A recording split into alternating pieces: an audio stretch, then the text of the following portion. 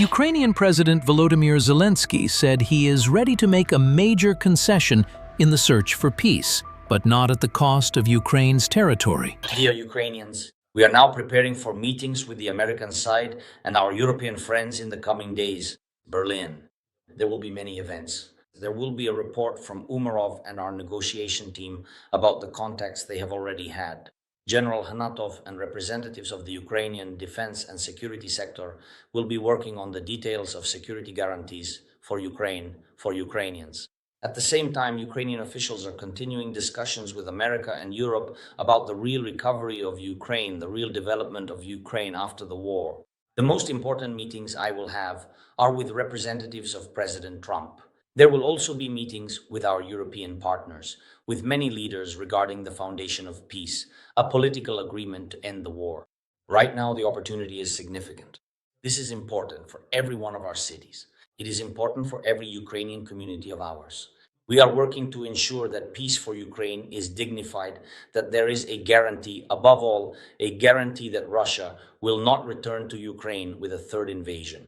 Speaking Sunday, ahead of high-stakes talks with U.S. envoys, Zelenskyy said Kyiv is prepared to drop its long-standing bid to join NATO in exchange for strong, Western-backed security guarantees. However, he firmly rejected any proposal that would force Ukraine to give up land to Russia. We will work as actively and constructively as possible with everyone who can truly make a proper agreement. There will also be further meetings and additional contacts. But we remember, our Ukrainian positions in negotiations are strong because we hold our ground on the front lines, in our defense industry, and in our internal resilience. Ukraine is strong abroad when we have strength within, and this is how it must continue to be. That is why all our units currently carrying out combat missions, every Ukrainian soldier, all defense enterprises, all security forces, everyone must strive to deliver results for Ukraine.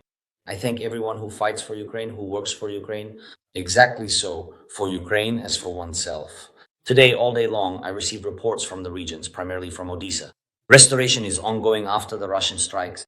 It's not easy, but all necessary forces are engaged. I have instructed government officials to speed up the repair processes and the delivery of the necessary equipment as much as possible.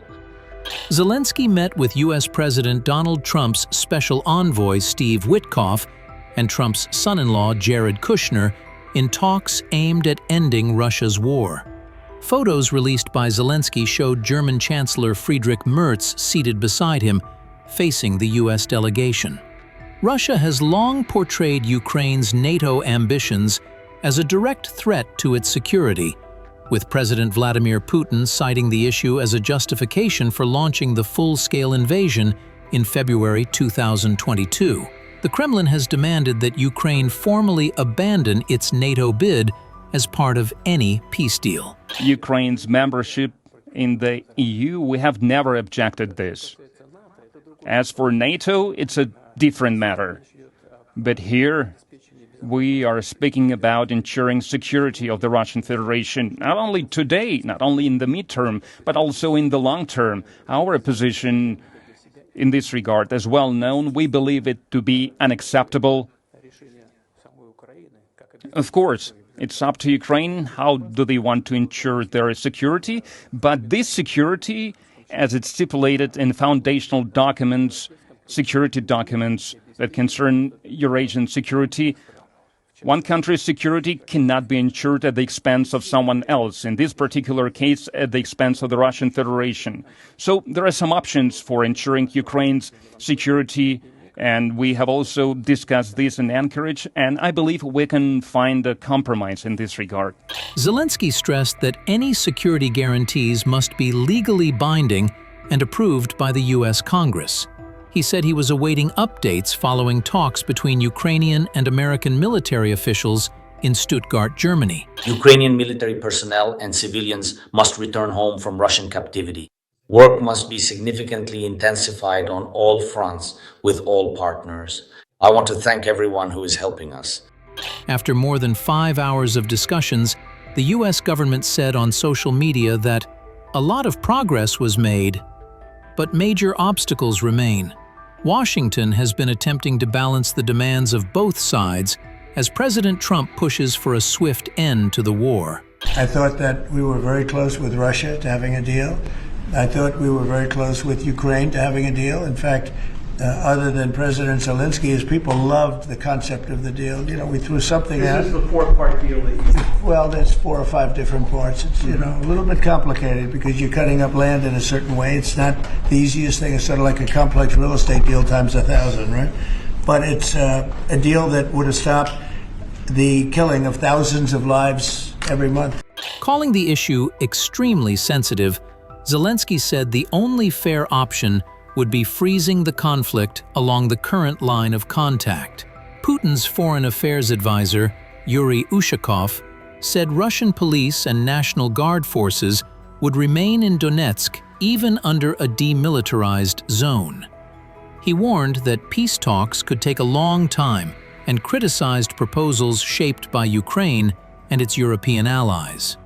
And today, there was also a Russian strike on another civilian vessel in the Black Sea. In fact, it was a strike against food security. The owner of the vessel is Turkey. The cargo is food.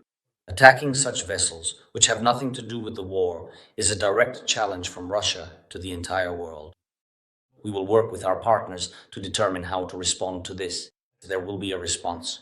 There is also a new sanctions decision from Ukraine, sanctions against the Russian fleet, tankers, and other vessels that support the war, that earn money for Putin so he can kill people and stall diplomacy. These sanctions will definitely be extended to other jurisdictions as well. We have reached agreements on this with our partners. One more thing. An important step was secured today by the main intelligence directorate.